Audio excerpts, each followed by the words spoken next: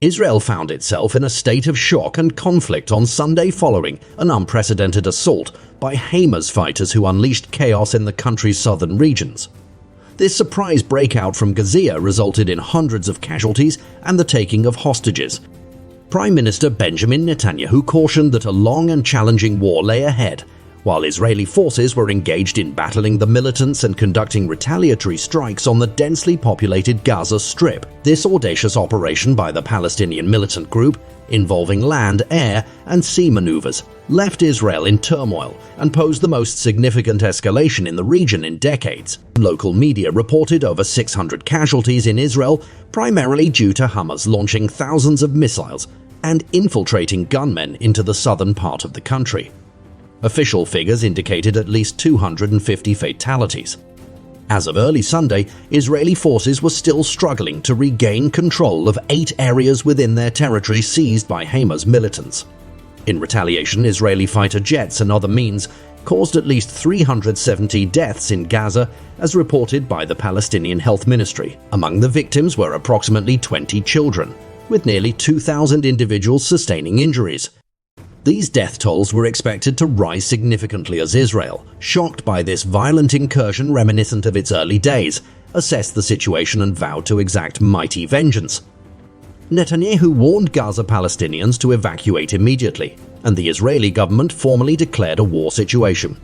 The 2.3 million residents of the densely populated coastal enclave, which had long been isolated by a security fence and blockade, now faced additional challenges as Israel began cutting off energy supplies and goods. The situation was further complicated by Hamas's capture of numerous Israeli hostages, including civilians and military personnel, raising concerns about their potential use as bargaining chips or as a deterrent against an Israeli ground assault.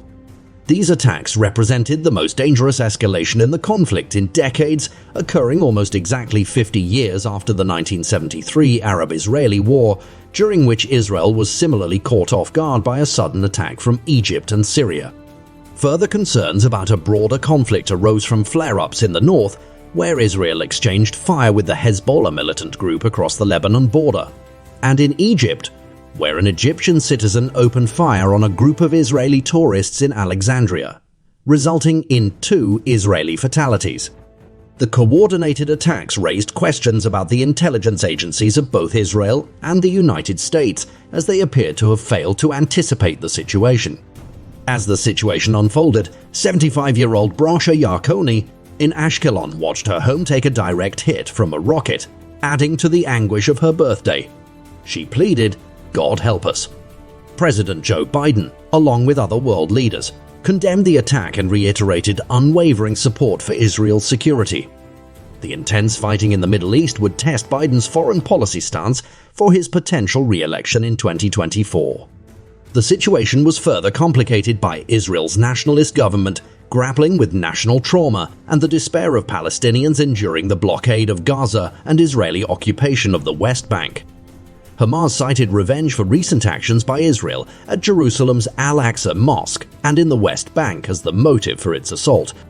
The conflict followed a period of heavy fighting in the West Bank, where Israeli military operations had led to nearly 200 Palestinian fatalities this year, according to UN Mideast envoy Tor Wennesland.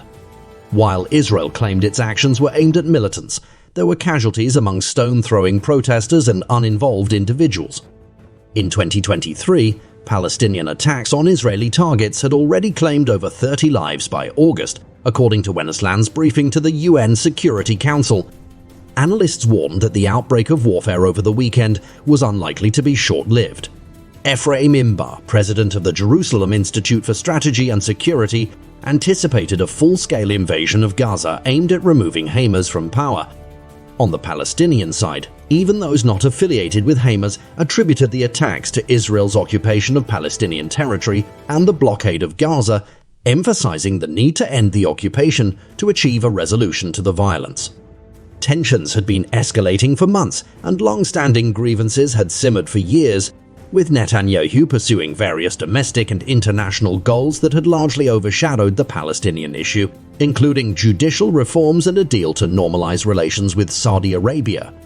Some former US intelligence and military experts speculated that the timing of the attacks may have been intended, in part, to disrupt a potential US-brokered Israeli-Saudi agreement aimed at countering Iran.